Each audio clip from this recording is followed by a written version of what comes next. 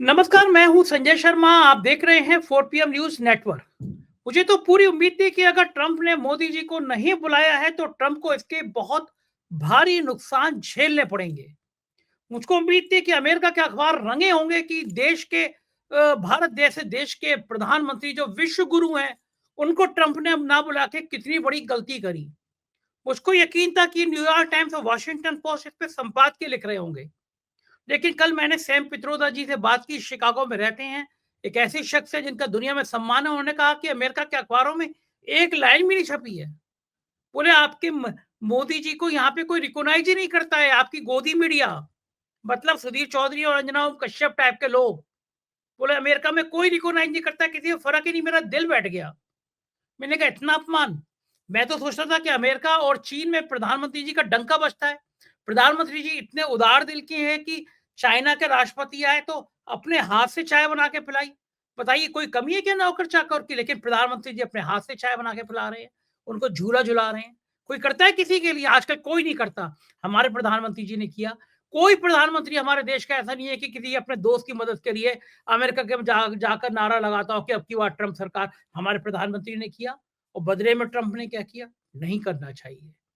मुझे लगा कि ये जो धंधा पानी चल रहा है, बाप ना बड़ा भैया सबसे बड़ा रुपया, तो इसपे मैं बिजनेस के एक एक्सपर्ट पत्रकार से बात करूं तो जाहिर है राजीव रंजन जी से ज्यादा बेहतर बिजनेस पत्रकार कौन होता।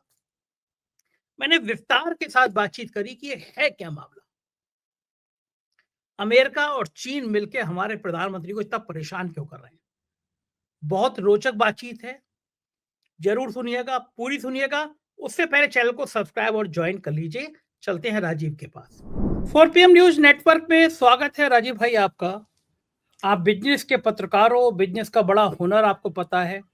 कौन सा देश कितना रुपया इन्वेस्ट कर रहा है, कितना निकाल रहा है, ये सब खाते भाई खाते अपन को समझ में नहीं आते, लेकिन आपको बखूबी समझ में आते हैं। कल मैं सैम पित्रोदा जी से बात कर रहा था। मैंने कहा कि हमारे प्रधानमंत्री तो विश्व गुरु हैं। आप अमेरिका में रहते हैं, शिकागो में रहते हैं, बड़ा सम्मान है सैम पित्रोदा का पूरी दुनिया में। तो मैं उनसे बात कर रहा था कि अगर हमारे विश्व गुरु जी को नहीं बुलाया अमेरिका में, तो अमेरिका में रह रहे लोगों के बीच में क्या रिएक्शन है? अमेरिका के लोग हैरान नहीं है कि मोदी जी को नहीं बुलाया। वहां के अखबार इस आलोचना से नहीं भरे हुए हैं। न्यूयॉर्क टाइम्स, वॉशिंगटन पोस्ट की भारत जैसे देश के प्रधानमंत्री, इतने महान प्रधानमंत्री जो रूस और यूक्रेन का युद्ध रोक देते हैं, उनको नहीं बुलाया गया। तो मुझे लगा कि वहां के अखबारों ने बहुत जबरदस्त कवरेज की होगी इसकी, भाई कि ये तो खराब बात है, मोदी जी को नहीं बुलाया। लेकिन सैम पित्रोदा जी ने तो गजब बात कही। उन्होंने कहा कि अमेरिका के किसी अखबार में जिक्र ही नहीं है, जैसे वो जानते ही नहीं हो कि नरेंद्र मोदी कौन कौन है, कहाँ के नेता हैं। बोले यहाँ की मीडिया में भी चर्चा नहीं है। मैंने कहा ऐसा कैसे हो सकता है? अंजना ओम कश्यप वहां खड़े होकर कह रही थी कि ट्रंप ने मोदी को इसलिए नहीं बुलाया कि बहुत भीड़ है यहाँ पे, ये कार्यक्रम खत्म हो जाएगा तो मोदी को स्पेशली बुलाएंगे, मोदी ट्रंप को बुलाएंगे। सुधीर चौधरी कह रहे थे कि ट्रंप तो जो वो कर रहे हैं जो मोदी जी कर रहे हैं, सारा 100 दिन का रोड मैप। लेकिन सैम पित्रोदा जी ने तो कहा यहाँ कैसा कुछ है ही नहीं। और उन्होंने कहा कि ट्रंप की जो नीतियां हैं, भारत मैच ही नहीं कर पा रहा, मतलब वो उससे मैं कोई तालमेल ही नहीं हो पा रहा। मैं उनकी बात सुन के बड़ा हैरान, और देश के लोग भी बड़े हैरान होंगे, क्योंकि 84 देर में 2-2.5 लाख लोगों ने उस वीडियो को भी देख लिया। तो आपको ज्यादा पता रहता है कि क्या बिजनेस के रिश्ते हैं, क्या किस मोर्चे पे क्या फ्रंट खुल रहा है क्या कहानी? आपको कुछ समझ में क्या आ रही है? अमेरिका और भारत के रिश्ते किस हद तक किस दिशा में आगे बढ़ रहे हैं? थोड़ा विस्तार से बताइए कि भारत के बाजार पे इसका क्या असर पड़ रहा है, क्योंकि लगातार शेयर मार्केट में नुकसान हो रहा है। क्या कोई संभावना है या फिर मामला गया, भैंस गई पानी में? संजय जी, बहुत ही अच्छा सवाल है आपका। देखिए, दो तीन चीजें तो समझना बहुत जरूरी है। पहले तो आप ये जिन पत्रकारों के नाम ले रहे हैं, अंजना ओम कश्यप, सुधीर चौधरी, ये लोग पत्रकार है ही नहीं। ये लोग गवर्नमेंट स्पॉन्सर्ड प्रोपेगेंडा एजेंट है, सरकार के एजेंट है ये लोग। ठीक है, तो ये वहां पे इनको भेजा ही गया है कि भाई इस जो आमंत्रण निमंत्रण नहीं दिया गया, उस चीज के ऊपर में किस तरीके से लीपापोती की जाए। तो लिपापोती कर रहे हैं, तो इन लोगों को ज्यादा तवज्जो देने की जरूरत नहीं, क्योंकि ये तो गवर्नमेंट स्पॉन्सर्ड प्रोपेगेंडिस्ट है। ठीक है, प्रोपेगेंडा का पार्ट है ये भारत सरकार का ही पार्ट है आज की डेट में। अब आते हैं आपके मूल सवाल पे। देखिए, अमेरिका का जीडीपी $29 ट्रिलियन का है। ठीक है, और $29 ट्रिलियन में भारत के साथ में इसका व्यापार कितना होता है? 150 से 200 बिलियन डॉलर के अंदर में निपट जाता है इंडिया का जो बायलैटरल ट्रेड है अमेरिका के साथ में।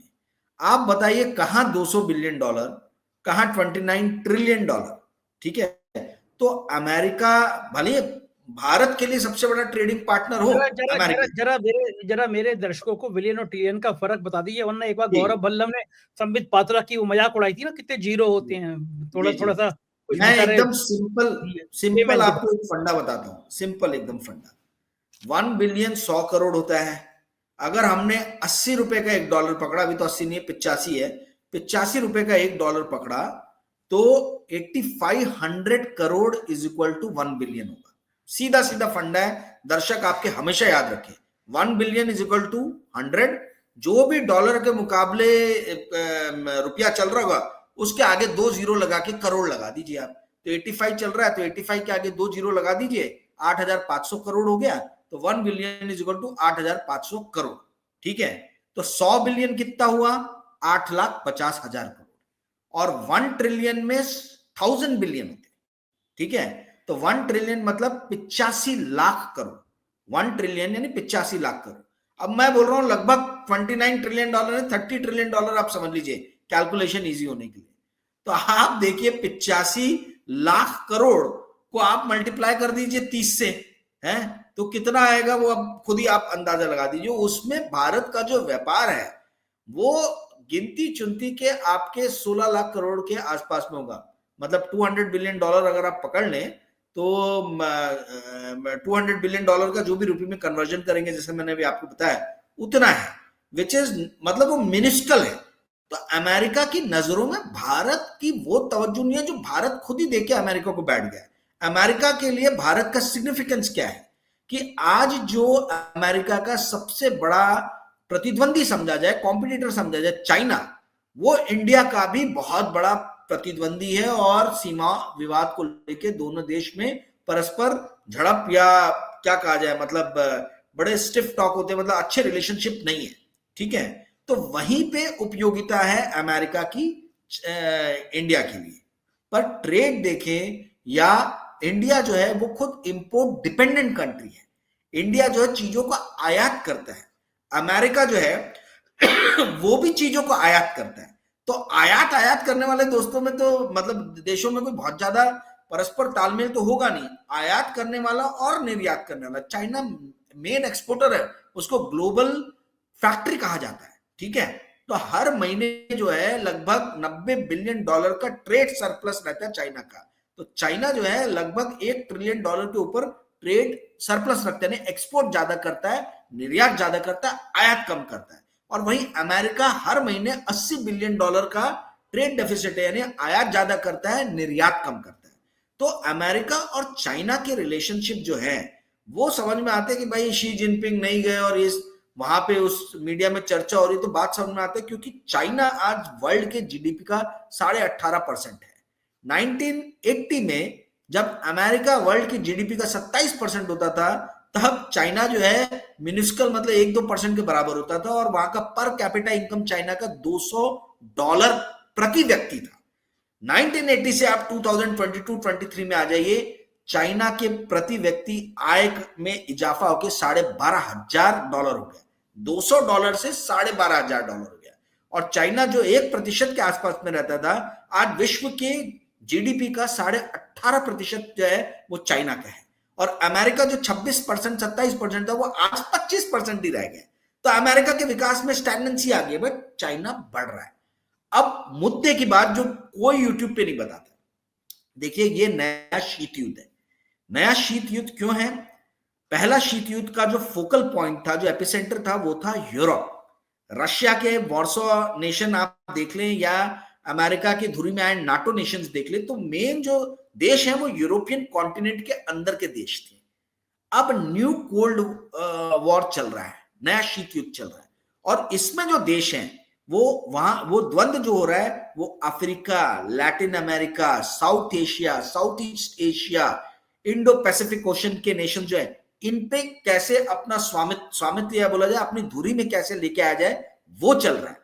पर उससे ज्यादा भयानक जो बात है वो ये है कि जो चाइना $195 से पर कैपिटा इनकम जो इसकी $12,500 पहुंची, उसमें सबसे बड़ा रोल अमेरिका ने निभाया है।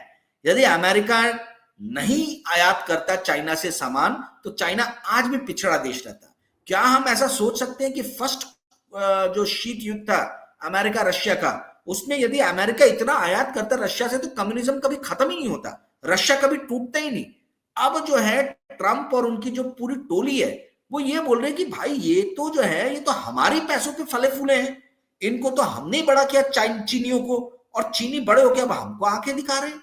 तो ये तो जो है, ये तो बड़े खतरनाक लोग हैं। तो इसीलिए अमेरिका का बहुत बड़ा फोकस जो है वो चाइना के ऊपर में। आप इमेजिन कर सकते हैं कि अमेरिका ने इतना ज्यादा पैसा इंपोर्ट में रशिया को या दूसरे वॉरसॉ नेशन को दिया रहता, तो आज चाइना का कभी इमरजेंस नहीं हो पाता, चाइना इमर्ज नहीं हो पाती। तो अमेरिका ने इनको पाला पोसा बड़ा किया चाइनीज को, और आज ये आके चाइना अमेरिका के बराबर आ गए। तो इंडिया दूर दूर तक इसमें कहीं लगता नहीं है। इंडिया का जो सिग्निफिकेंस है वो ज्योग्राफिकल सिग्निफिकेंस है कि इंडिया चाइना के बाजू में है, और चूंकि अमेरिका चाइना को कंटेन करना चाहता है, इसलिए वो इंडिया को भी तवज्जो देता है, और ताइवान को भी तवज्जो देता है, और जापान को भी तवज्जो देता है, और साउथ कोरिया को भी तवज्जो देता है। यही एक कारण है, इतना ही हमारा सिग्निफिकेंस है। बाकी ये मोदी और ये दोस्ती और ये सारी बातें जो हैं, इनका इंटरनेशनल रिलेशंस में कोई किसी तरीके का कोई संबंध नहीं है। ये सब सिर्फ प्रोपेगेंडा है, बनाई हुई बातें हैं। इंटरनेशनल रिलेशंस जो है वो जियोपॉलिटिकल रियलिटी पे चलते हैं, वो इंटरनेशनल ट्रेड के भरोसे चलते हैं, वो कोई परस्पर दोस्ती के भरोसे नहीं चलते हैं। जी संजय जी। हाँ, लेकिन ये बात ठीक है यार, आप कह रहे हैं कि इतने भारत की वैल्यू नहीं है, लेकिन तो फिर अमेरिका में बराक ओबामा ने मनमोहन सिंह को क्यों बुलाया था, कितना सम्मान दिया था, डिनर दिया था, मनमोहन सिंह की इज्जत करते थे। बराक ओबामा ने कहा था जब मनमोहन सिंह बोलते हैं पूरी दुनिया सुनती है। हमारे प्रधानमंत्री के संग ऐसा क्यों नहीं हो पा रहा कि कोई राष्ट्रपति ट्रंप ये कह दे कि भाई मोदी जी बोलते हैं तो मैं ही सुन लेता हूँ, या नेपाल ही सुन लेता है। तो इनके मोदी जी के संग ऐसे क्यों बुरा ग्रह चल रहे हैं। मेरे तो वो ज्योतिषी हैं राजीव जी, उन्होंने कहा है कि जो ट्रंप है ये बिल्कुल राहु काल बन के आया मोदी जी के लिए। ऐसा क्या मोदी जी ने ट्रंप का बिगाड़ दिया, मतलब कौन सी ऐसी भैंस को डंडा मार दिया ट्रंप की कि इतने ज्यादा नाराज है मोदी जी। तो बेचारे उनके जाके अब की बार ट्रंप सरकार का नारा दे आए थे। ट्वीट किया, ट्वीट का जवाब भी नहीं दे रहा भाई। ट्वीट करने में कितनी देर लगती है। मोदी जी ने कहा माई फ्रेंड ट्रंप, और कितने लंबा चौड़ा लिखा, प्यार से लिखा होगा, मनोहार से लिखा होगा। अरे भाई जवाब दे दे कि मोदी जी मैं बहुत बढ़िया हूं, मैं बहुत जल्दी आऊंगा आपसे मिलने, आपको बुलाऊंगा। बंदा जवाब ही नहीं दे रहा, ऐसा क्यों हो रहा है। इग्नोर करने में ही तो मजा है, इग्नोर ही किया जा रहा ताकि आपकी तरफ से और ज्यादा जो है मतलब लल्लो चप्पो। देखिए क्या है, इंडिया को पहले भी हमने डिस्कशन किया है, इंडिया को अपनी विदेश नीति तय करनी। आप दोनों नाव में पैर रख के नहीं सवारी कर सकते हो कि रशिया से तेल चाहिए आपको, और चाइना रशिया की धुरी में भी आपको बने रहना है, और अमेरिका में इंडिया की आईटी कंपनीज जो है पूरी जॉब क्रिएशन अमेरिका के भरोसे करती हैं, तो आपको अमेरिका की भी धुरी में बने रहना है। दोनों पैरों पे, अगर दोनों नावों पे पैर रख के यदि आप सवारी करना चाहेंगे, तो आज नहीं तो कल जो है आपका डगमगाना गिरना तय है।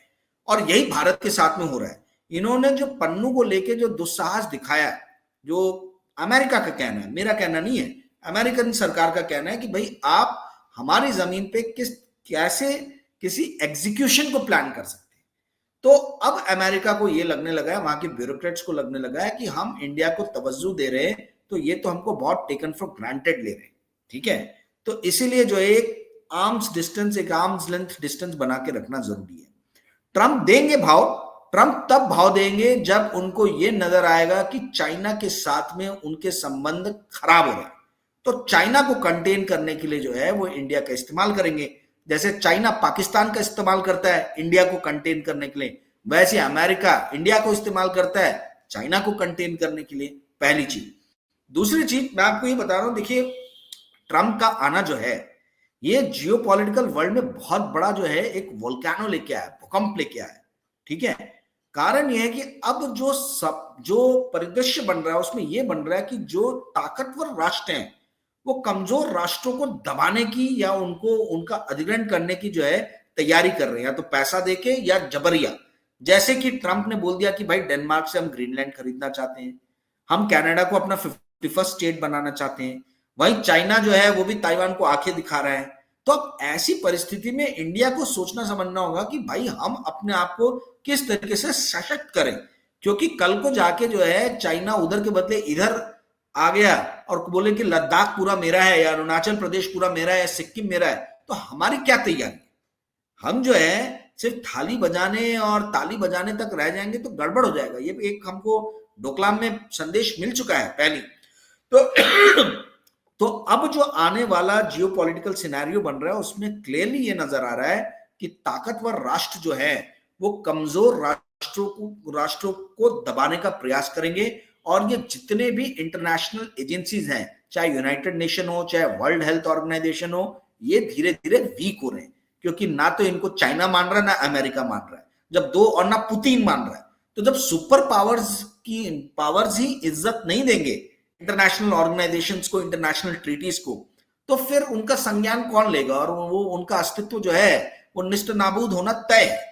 तो अभी आने वाले दिनों में, अच्छा आपने मनमोहन सिंह और बैरक ओबामा की बात की, देखिए जब बैरक ओबामा आए थे 2008-9 में, तो सबसे बड़ा प्रॉब्लम क्या था अमेरिका के सामने? ग्रेट फाइनेंशियल क्राइसिस हुआ था, ठीक है, और अमेरिका का आर्थिक जो ये था, एक फाइनेंशियल कंडीशन जो थी, बड़ी बुरी स्थिति में वो चले गए थे। तो आपका लेमन ब्रदर डूब गया था, बेयर स्टर्न्स को अक्वायर कर लिया था, तो जितने भी इन्वेस्टमेंट बैंकिंग फर्म्स थे इनकी हालत खराब थी, और $800 बिलियन का टॉप जो है एक अलग, मतलब इन्होंने एडिशनल फंड जारी किया था इन सारे इन्वेस्टमेंट बैंक्स को, और जीरो जिप जो बोलते हैं, जीरो इंटरेस्ट रेट पॉलिसी, वो वहीं से आई थी।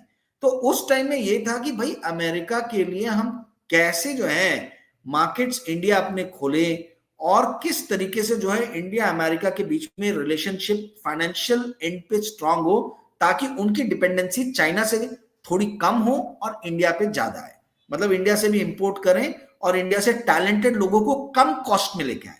अमेरिका पूरा चलता है अपने कॉर्पोरेट्स के हितों को ध्यान में रखते हुए, तो अमेरिकन कॉर्पोरेट्स की हालत बहुत खराब हो गई थी, उनको चीप लेबर चाहिए था।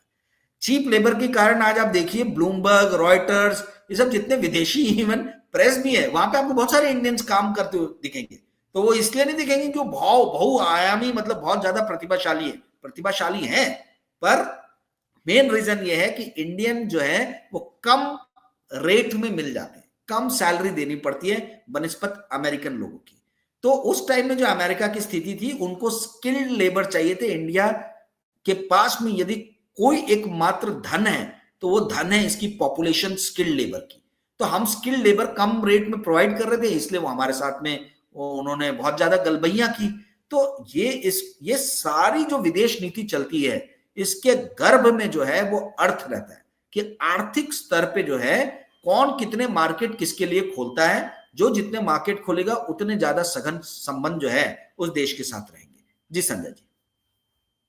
मुझे लगता है राजीव जी कि मोदी जी की तकदीर खराब है, इतने इतने उदार दिल के आदमी हैं वो, इतने सहृदय हैं, इतने पोलाइट रहते हैं। देखिए चाइना के राष्ट्रपति आए, मोदी जी ने उनको झूला झुलाया, उनको अपने हाथ से चाय बना के पिलाई, और के जान दे दे प्रधानमंत्री इतनी सेवा कर रहा है, बताओ इतने नौकर चाकर घर में, लेकिन तब भी खुद चाय बना के पिला रहे हैं, झूला झुला रहे हैं। हमारे बच्चे रोज आते हैं तो उनको बढ़ा के झूला झुलाया जाता है, या पति पत्नी को झूला झुलाती है, मतलब पत्नी पति को झुलाता है, और इस स्टाइल के फोटो दिखाए अपने। उसके बावजूद भी चीन अगर इस तरह की हरकतें कर रहा है तो इसमें हमारा क्या? चीन की गलती है ना, चीन छोटे दिल का आदमी है, हम लोग तो बड़े दिल के आदमी हैं। अतिथि देवो भव, लोग उसमें भी आलोचना करते हैं कि मोदी जी ने चाय बना के पिलाई, वो गलवान घाटी में हमारे साथियों को मौत के घाट उतार गया। उसके बावजूद भी देखिए एक डिनर था, उसमें लोगों ने मजाक उड़ानी शुरू करी कि मोदी जी लाल लाल आंखें दिखाने की जगह लाल जैकेट पहन के उसके पास खुद चले गए। तो ये तो सॉफ्ट है प्रधानमंत्री का दिल, इसकी तारीफ करनी चाहिए कि प्रधानमंत्री जी चाहते हैं कि भाई लड़ाई झगड़ा ना हो, दोस्ती बनी रहे, प्यार बना रहे। प्यार के तो पुजारी हैं, वो कहते हैं कि 140 करोड़ मेरे भाई बंधु सब एक जैसे हैं। इस प्यार की कीमत दुनिया समझ नहीं रही है, मुझे लगता है। राजीव जी आपको क्या लग रहा है? ये सब ऑप्टिक्स है संजय जी, ये प्रोपेगेंडिस्ट चैनल्स जो हैं इनको दिखाने के लिए और इनके द्वारा जनता जनार्दन के दिमाग में डालने के लिए जो है ये सारे ऑप्टिक्स किए गए। मोदी जी के आने के बाद में भारत और चाइना के आर्थिक संबंधों में चाइना के ऊपर में भारत की डिपेंडेंसी बढ़ी है, इंडिया का इंपोर्ट बढ़ा है, ठीक है। तो आपने कितनी भी गलबैयां कर ली, कितने भी आपने जो है पेंगे मार ली, झूला झूल लिया, उसका भारत को क्या फायदा हुआ? उसका भारत को यदि कोई फायदा हुआ तो आप मुझे बताइए। भाई हम आयात पहले भी ज्यादा करते थे, अब तो और ज्यादा हम आयात कर रहे हैं चाइना से। कोई चाइना का बहुत ज्यादा फॉरेन डायरेक्ट इन्वेस्टमेंट तो इंडिया में हो नहीं रहा, उल्टा चाइनीज ऐप जो है बीच में प्रतिबंध लगाया गया इसके ऊपर में, क्योंकि चाइनीज ऐप जो है वो भारत के लोगों को ब्लैकमेल कर रहे थे। ठीक है, और मैं आपको बताता हूं एक अपना गुफ्तगू बता देता हूं अपने साथ हादसा। जीवन में मैं एक ही बार आरएसएस हेडक्वार्टर में गया हूं, एक ही बार, और वो गया था 2022 में, वो भी टाइम्स ऑफ इंडिया के एक पत्रकार मेरे साथ में थे यही नागपुर के, और जाके मैंने वहां पे आरएसएस में यही बात किया था। जो संघ के जो प्रचार प्रमुख है उनसे मेरी मुलाकात थी, तो उनको मैंने यही कहा था कि क्रिप्टो जो है, क्रिप्टो को आप कैसे भी बैन कीजिए, क्योंकि ये पूरा युवा पीढ़ी को नष्ट कर रहा है। और हमारी काफी लंबी चर्चा मेरी उनके साथ में हुई, और उसका नतीजा ये हुआ कि 2023 के बजट में निर्मला सीतारमण जी ने क्रिप्टो के ऊपर में टैक्स अनाप शनाप लगा दिया, ताकि क्रिप्टो का ये ना हो, व्यापार ना हो। तो इतना तो मैं मानूंगा कि भाई मतलब एटलीस्ट उन्होंने कुछ एक्शन लिया, ये मैंने खुद ने देखा, मैंने खुद ही रिक्वेस्ट किया था।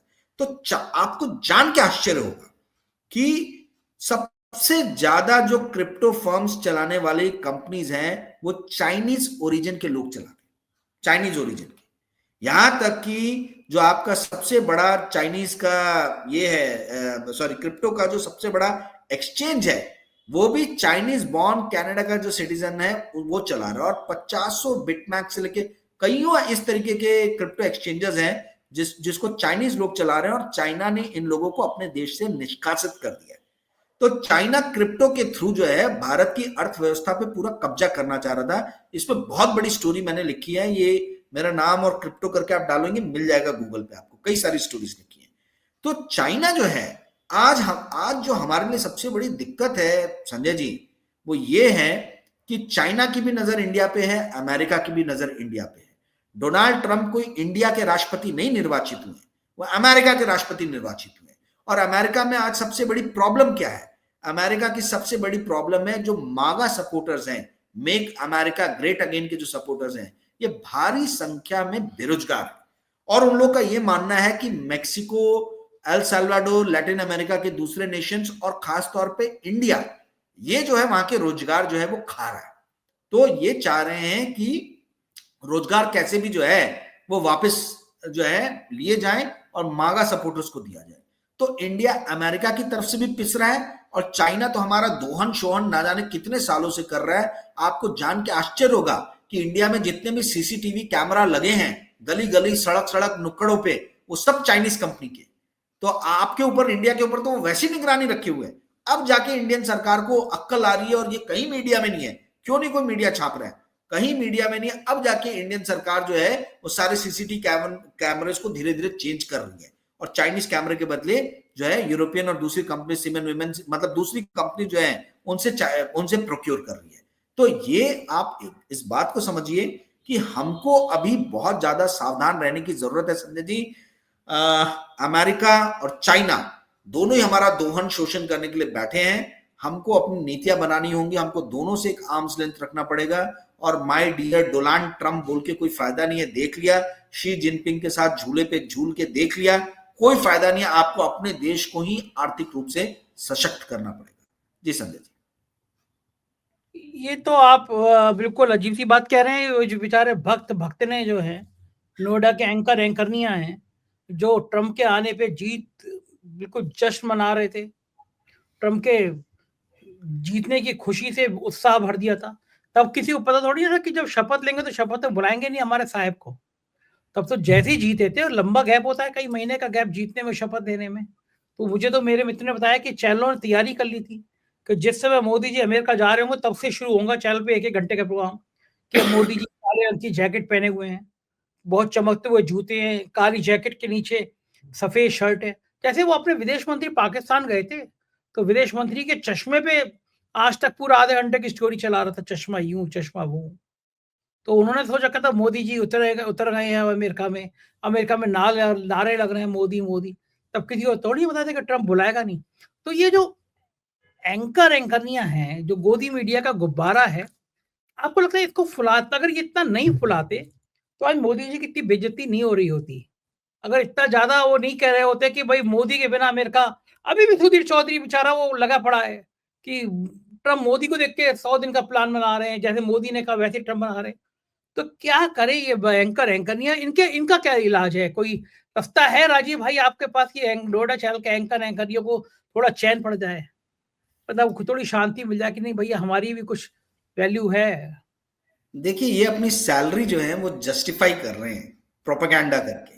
अदरवाइज आप इनकी सैलरी देखेंगे तो ना तो संजय जी ये कोई बहुत अच्छे लेखक हैं जो अच्छे आर्टिकल्स लिख सकें, ना तो ये जो है कोई बहुत ही मतलब दूर दृष्टि रखने वाले, रिसर्च करने वाले, बहुत ज्यादा ज्ञानी प्रतापी लोग हों, ऐसा भी नहीं है। तो किस बात की इनको करोड़ों में सैलरी मिल रही है? देखिए, जब नरेंद्र मोदी जी आए थे तो मैं बड़ा खुश हुआ था एक कारण से, कि जितने भी यहाँ पे मठाधीश बैठे हुए थे पत्रकारिता में, वो सारे मठाधीश एक एक करके बाहर किए गए। तो मुझे लगा कि भाई अब नए टैलेंट, नए लोगों को मौका मिलेगा। नहीं तो हम देख रहे हैं वही शेखर गुप्ता इंडियन एक्सप्रेस के सदियों से एडिटर बने हुए हैं। वीर सांघवी का अगर नीरा रेडिया टेप नहीं आता तो वो भी बने ही रहते हैं, है ना। वही हमको पूर्ण प्रसून वाजपेयी दिख रहे हैं, वही हमको रवीश दिख रहे हैं, वही सब दिख रहे हैं। तो हमको लगा कि भाई कोई नए लोगों को जो है मौका मिलेगा। तो हुआ ये प्रॉब्लम कि नए लोगों को तो मौका मिला नहीं, पुराने जो लोग थे उनको तो बाहर का रास्ता दिखाया गया, पर नए लोगों में सारे अपने चमचे भर दिए गए। उसी दिन समझ में आ गया कि भाई पत्रकारिता से इनको कोई मतलब नहीं है, कोई लेना देना नहीं है। एक से एक अच्छे राइटर्स इंडिया में बैठे हुए हैं, जो आज भी जो है बैठे हुए हैं, मतलब उनको कोई मौका नहीं मिल रहा। या तो वो पत्रकारिता से बाहर होकर कोई कॉर्पोरेट के पब्लिक रिलेशन फर्म्स को ज्वाइन कर लिए, या विदेशी संस्थानों के साथ काम करने लग गए, क्योंकि उनको समझ में आया कि इंडियन संस्थानों के साथ काम करके कोई मतलब नहीं है। पहले मठाधीश बैठे हुए थे, ये मठाधीश जो है ये अपनी जगह छोड़ने का नाम ही नहीं लेते। पत्रकारिता एक ऐसी चीज है जिसमें कोई रिटायरमेंट एज नहीं है, आप बुढ़ापे तक जो एडिटर बने और लिखते चले जा रहे हो, लिखते चले जा रहे हो। तो ये नए लोगों को आने का मौका ही नहीं मिल रहा था। अब जो लोग आ गए हैं ये पहले वालों से भी डेंजरस है। पहले वाले अपने पद नहीं छोड़ रहे थे, अब वाले जो हैं वो तो कोई काम भी नहीं कर रहे हैं, सैलरी भी तगड़ी उठा रहे हैं, और ये पूरी नई पीढ़ी के सामने इतना गलत पत्रकारिता का उदाहरण रख रहे हैं। मतलब कैसे पत्रकारिता नहीं की जाए, इसके बेस्ट एग्जाम्पल जो है ये हमको सुधीर चौधरी, अंजना ओम कश्यप, रूबिका लियाकत, अमन चोपड़ा, अर्नब गोस्वामी और इन सब गोदी मीडिया का boss, super boss Rajat Sharma, ये लोग जो है, इन लोगों ने दिखा दिया है कि किस तरीके से भैया पत्रकारिता नहीं करना है। अब लोगों को समझ में आ गया कि ये तो पूरा प्रोपेगेंडा चल रहा है, पूरी तरीके से प्रोपेगेंडा चल रहा है। लोगों ने न्यूज कंज्यूम करना टीवी चैनल्स के थ्रू बंद कर दिया है। तो ये एक तरीके से बहुत अच्छा हुआ कि ये लोग सारे के सारे एक्सपोज हो गए हैं, और अब जनता जनार्दन को समझ में आने लगा है कि ये पत्रकार तो है ही नहीं, ये तो प्रोपेगेंडिस्ट हैं, और ये खाली एसी रूम में अपने एसी स्टूडियो में बैठे रहते हैं। कौन से फील्ड में उतर के पत्रकारिता करते हैं, कौन सा रिसर्च करके ये लोग बैठे हैं? अगर मैं चाइना अमेरिका पे बात कर रहा हूं तो ये किताब पढ़ के मैं बैठ के बात कर रहा हूं, ये किताब ये भी पढ़ सकते हैं, पर कोई पढ़ेगा नहीं। तो पढ़ाई लिखाई करते नहीं है एडिटर्स, ठीक है। ऐसी 10 किताबें पढ़ी है तब जाके आदमी डाटा और फिगर्स इतने आराम से दे रहा है और बोल रहा है। तो कहने का अर्थ यह है कि जनता को समझ में आ गया है कि ये सारे के सारे जो है हॉलो मैन और हॉलो वुमेन, खोखले इंसान हैं, और इन लोगों को सुन के जो है कोई बहुत ज्यादा हमारे ज्ञान के चक्षु जो है वो खुलने नहीं वाले, हमारा नॉलेज कर्व कोई बढ़ने नहीं वाला। तो इनको तो वैसे ही लोगों ने देखना बंद कर दिया, तवज्जो देना बंद कर दिया है। और एक तरीके से अच्छा ही हुआ, क्योंकि इन लोगों के एक्सपोज होने के बाद में 4 PM जैसे प्लेटफॉर्म को मौका मिला है, और अब जो है लोग जो है न्यूज कंज्यूम कर रहे हैं 4 PM जैसे एक निष्पक्ष प्लेटफॉर्म पे, जहां संजय शर्मा सिर्फ कोई अपना ब्रांड बनाने में नहीं लगे। देखिए, आपके सब मित्र हैं, पर मैं बोलना चाहूंगा इस चीज को, संजय जी, आप दूसरे बड़े पत्रकार देख लीजिए जो यूट्यूब पे चल रहे हैं, ये खुद आते हैं, खुद अपना ब्रांड बना के बोल रहे। कितने पत्रकार पुण्य प्रसून वाजपेयी ने आया, रवीश ने खड़े किए, आपने मौका दिया है पत्रकारों को, दूसरे लोग नहीं दे रहे, वो अपना ही ब्रांड बना रहे। तो मैं जो बात बोल रहा हूं ये बहुत गहन सोचने वाली बात है कि भाई ऐसा क्यों है। और रवीश जी तो जो है वो तो सारे इंग्लिश हमारे न्यूज़पेपर्स की क्लिपिंग दिखा दिखा के बातें करते हैं, बिजनेस स्टैंडर्ड, इंडियन एक्सप्रेस, खुद का रिसर्च जो है अब ये लोग ज्यादा कर भी नहीं रहे। तो ये पत्रकारिता जो है, ये पत्रकारिता जहां पे आप अपना ब्रांड बनाओ दूसरे लोगों की मेहनत, दूसरे लोगों की रिपोर्टिंग पे, इसका भी दिन जल्दी खत्म आएगा। और 4 PM जैसे जहां पे हम न्यूज ब्रेक करते हैं, जहां आप सिर्फ नहीं बोलते रहते, आप लोगों को मौका देते हो, अलग अलग देश में फैले हुए पत्रकारों को, राशिद जहीर जैसा बेहतरीन पत्रकार जो है उसको आपने मौका दिया। तो ये अगर संजय शर्मा नहीं होते तो होता ही नहीं, राजीव को दिया। तो कहने का अर्थ ये है कि अब पत्रकारिता एक अलग आयाम ले रही है, एक अलग स्वरूप ले रही है। तो ये अच्छे के लिए होता है, जो भी होता है अच्छे के लिए होता है। बहुत अच्छा हो रहा है जी संजय जी। बिल्कुल सही कह रहे हैं आप राजीव भाई, बहुत बहुत शुक्रिया, आपने इतनी बढ़िया बढ़िया बातें बताई। Thank you sir. ये थे राजीव रंजन जी, और मुझको यकीन है कुछ समझ में आई होगी आपके, कुछ समझ में आई मेरे, और कुछ शायद प्रधानमंत्री जी को भी समझ में आ जाए कि बड़ी बड़ी गप्पों से, बड़ी बड़ी बातों से देश नहीं चलता। देश मनमोहन सिंह जैसे पर्सनालिटी के बनने से चलता है, जिसका सम्मान फिर अमेरिका भी करे। मुझे आपकी राय का इंतजार रहेगा, कमेंट करके जरूर बताएं। शुक्रिया, थैंक यू।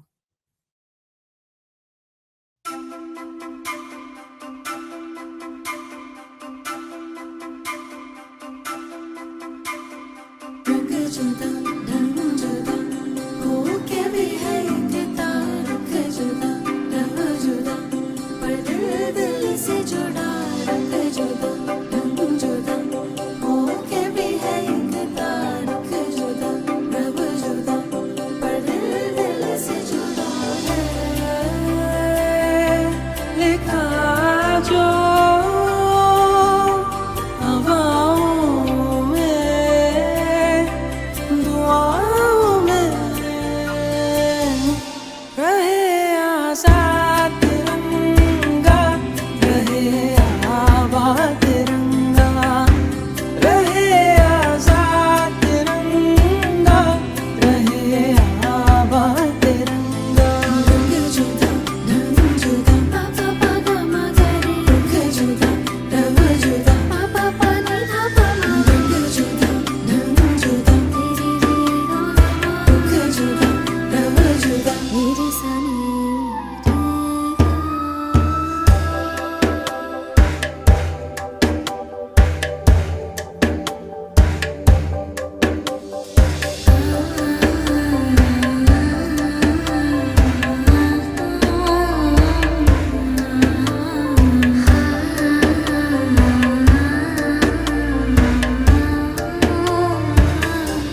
है ना शिकायत तो मोहब्बत भी वैसी है।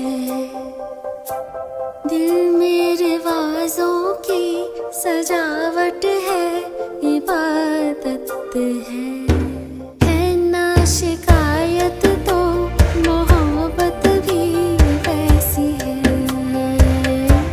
दिल में रिवाजों की सजावट है, इबादत है। लिखा जो फिजाओं में, सदाओं में रहे आजाद तिरंगा, रहे आबाद तिरंगा, रहे आजाद तिरंगा, रहे आबाद तिरंगा, रहे आजाद तिरंगा, रहे